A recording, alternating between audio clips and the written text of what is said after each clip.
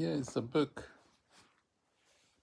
by Nara-san, 900 pages I have in New Zealand. And this captures all the essence of the Buddhism, but I think it's universal if you really know what this is about. And I just picked up one line. It's about the Shin Buddhism, and they use this prayer, sort of, which says Namu Amida Butsu. What it means is that you let go of yourself for the vow of Amida to save you. And this Namu Amida Butsu is called the Nembutsu, praying for Buddha, is what it means. And what's so unique about it is that when they say Nembutsu, Namu Amida Butsu, that is to be coming out from inside of you by Amida Buddha. And you have no idea what I'm talking about, probably, but it's very simple. You can replace the word Amida Buddha to nature's way, as far as I understand.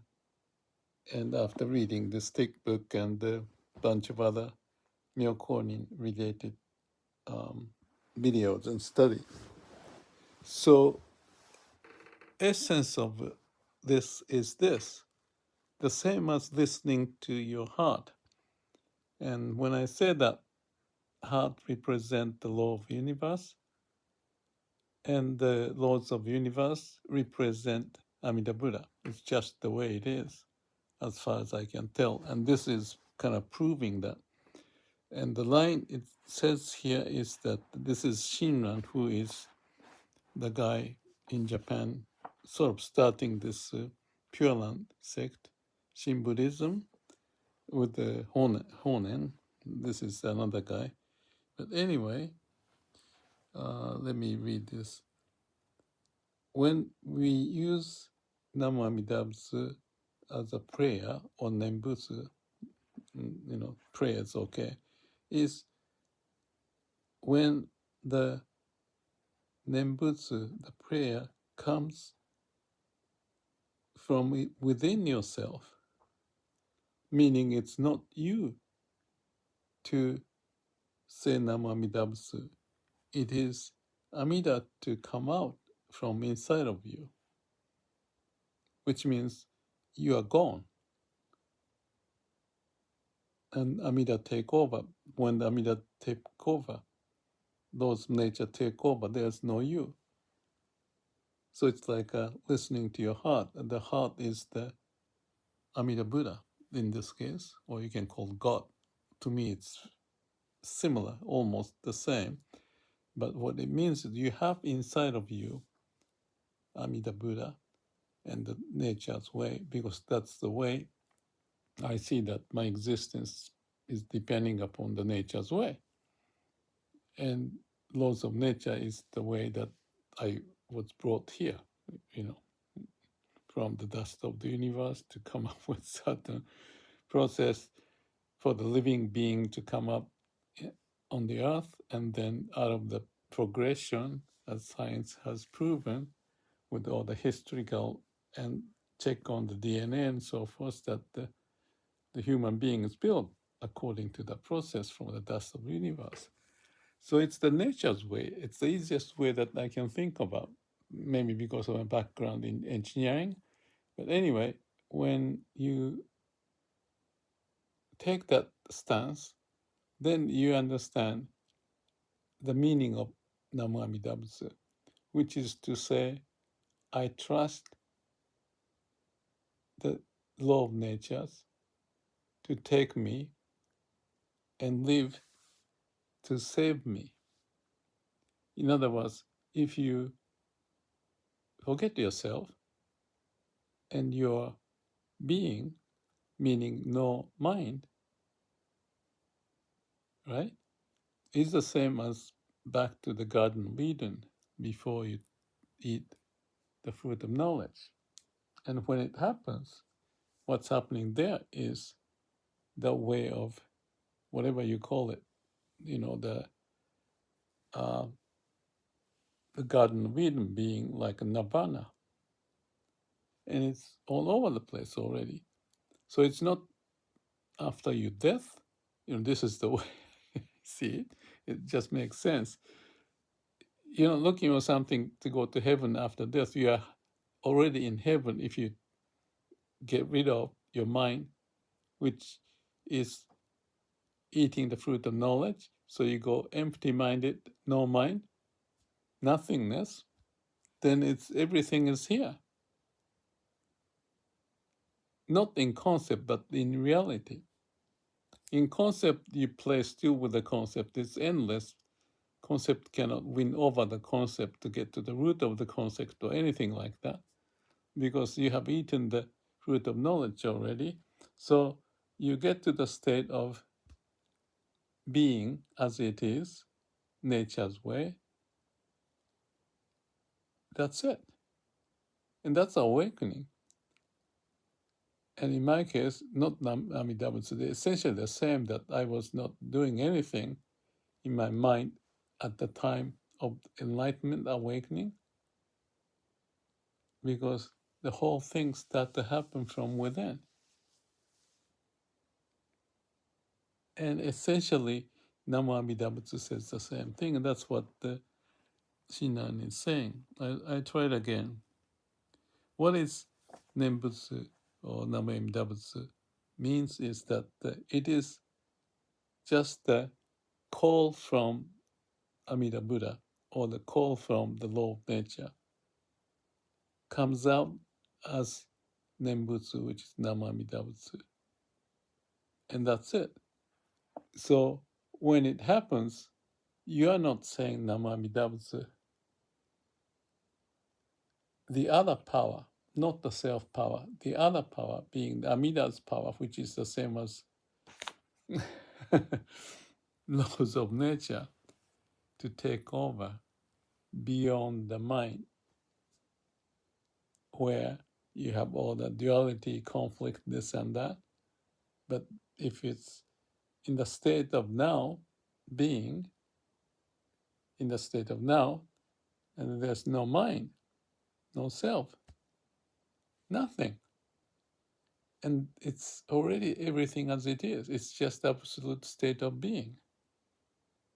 And what does that mean? You awaken. But this has to be a direct experience. And that's what they're saying about Namu Amida Butsu. So when you say the prayer, typically you ask for something. And this is not like that, because you are gone. You are taken over.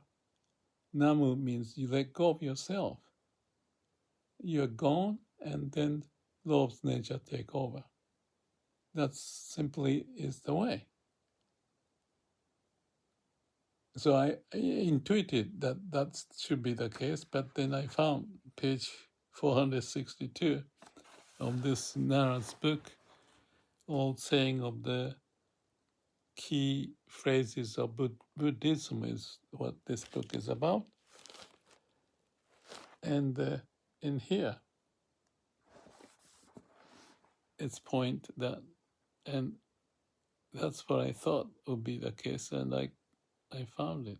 I actually have an underline, but I thought it's good to reinforce the basic of the meaning of listening to heart, or no mind, no self, being the now, be at the state of absolute being, where the laws of nature manifest and is manifesting, and we are the miracle of that process that happen to have this form as a nature's way. So when you die, you just still be the nature's way, and there's no thinking and no self. So that's why I say eternal home, because you have been there before and after and now. Still, of course, is the law of nature manifesting. It just happened that in Buddha's case, instead of law of nature, they use the word Amida Buddha. That's my scientific way, or I hate to say justify, because it is what it is. You don't have to justify, because justify means you are there. But this is beyond you. That's all the religion is. Because if you are there, you cannot solve it. You cannot escape, because you have defined you versus something else, like a life versus death. But if you don't define anything like that, differentiate anything like that, that's the absolute state of being. You can call it non-duality. In the now, at this moment, and every moment. But the mind thinks backward and forward and right and wrong and good and bad. That's why things get convoluted. And even the philosophy, they talk because you're playing with the words, but you have to go beyond the word. And I think Kierkegaard, I mentioned, subjectivity, truth, and truth is subjectivity. It's the same thing. Truth is what it is, and the subjectivity means subjective, not objective defining. Subjective is the sense of feeling, if you might recall, the core of being, the flow of the universe through living being.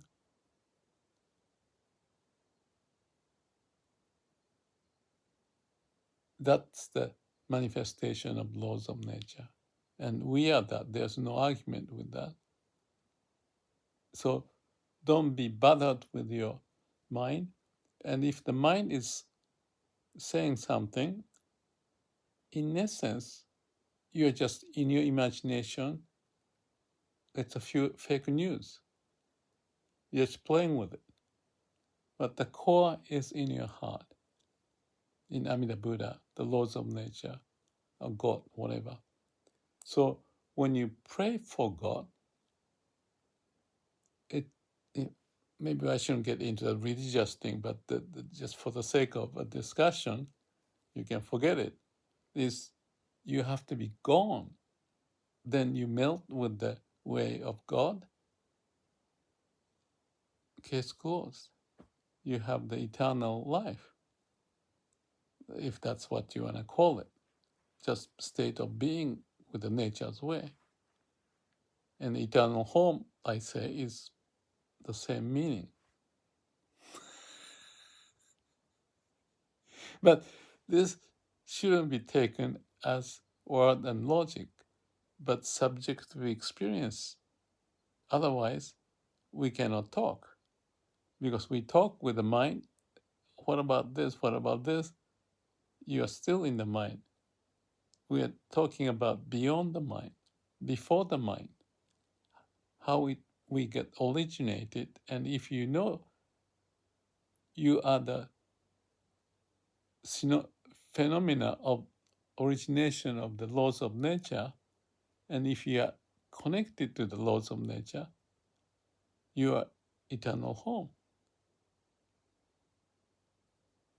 And that's awakening. But I talked about it. So it may not work unless you realize yourself with that. And that can be done by meditation and no mind, samadhi, or same happens with Namu Amida Butsu or prayer, silent prayer. But you have to be gone, no self, and then no mind. Then I would say it's tricky because there's dogma and all that kind of thing may make it messy. But in principle, I think all the spiritual, religious, all the thinking comes down to this basic point. But the basic point is to be tied to the direct experience, subjectivity. And that's it. So simple. So I think. But thinking doesn't do it. That's the paradox of religion. But nobody wants to go beyond, not many people want to go beyond the realm of knowledge and the world because we are so used to it. That's why meditation in silence or silent prayer or Namu Amida Butsu coming from within